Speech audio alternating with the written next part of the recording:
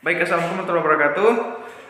Pada kesempatan kali ini, izinkan kami dari kelompok 4 kelas D1 untuk mempresentasikan hasil kerja kami terkait Model View Controller. Pertama-tama, saya ingin memperkenalkan diri. Nama saya Muhammad Yad Basri, NPP 310955956, dan rekan saya Redolf, Husna, dan juga Diana Romauli. Langsung saja. Suatu perangkat lunak agar lebih berguna tentu saja harus berinteraksi dengan sesuatu. Kadang-kadang berinteraksi dengan perangkat lain dan yang lebih sering dengan manusia. Perangkat lunak memerlukan beberapa antarmuka untuk membuat interaksi lebih efisien. Beberapa aplikasi berbasis website membutuhkan lebih banyak sumber daya untuk membangun sebuah antarmuka yang efektif dan terstruktur secara modular. Dan nyatanya itu lebih baik daripada hanya sekedar sebuah logika proses saja. Permasalahan tersebut telah menimbulkan gagasan untuk memisahkan logika aplikasi dengan antarmuka, sehingga aplikasi yang dibangun dengan mudah dapat diganti antarmukanya setiap saat.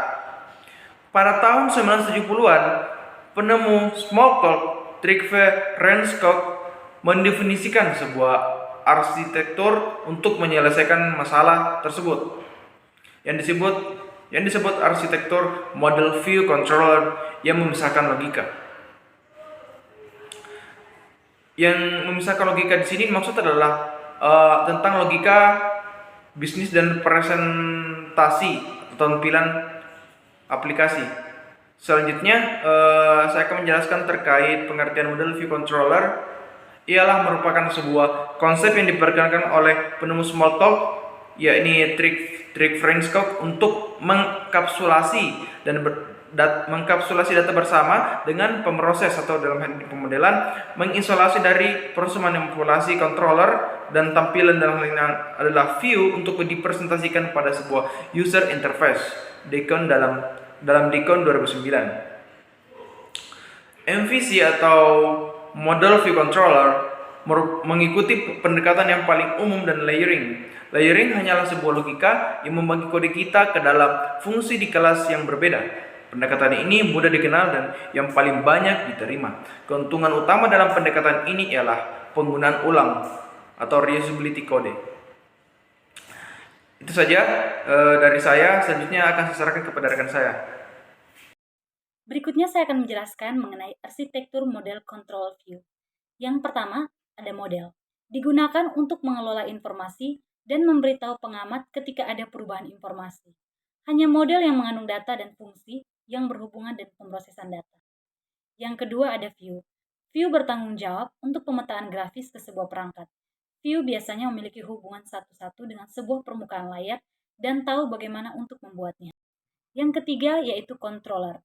Controller menerima input dari pengguna dan menginstruksikan model dan view untuk melakukan aksi berdasarkan masukan tersebut, sehingga controller bertanggung jawab untuk pemetaan aksi pengguna akhir terhadap respon aplikasi. Pertama, browser akan mengirimkan permintaan ke controller.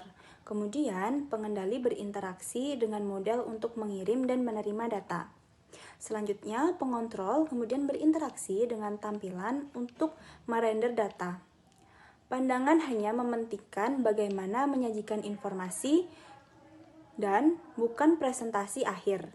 Ini akan menjadi file HTML dinamis yang merender data berdasarkan apa yang dikirimkan oleh pengendali. Terakhir, tampilan akan mengirimkan presentasi terakhirnya ke pengontrol dan pengontrol akan mengirimkan data akhir tersebut ke keluaran pengguna. Yang penting, view dan model tidak pernah berinteraksi satu sama lain. Satu-satunya interaksi yang terjadi antara mereka adalah melalui pengendali. Ini berarti logika aplikasi dan antarmuka tidak pernah berinteraksi satu sama lain. Sehingga membuat penulisan aplikasi yang kompleks menjadi lebih mudah.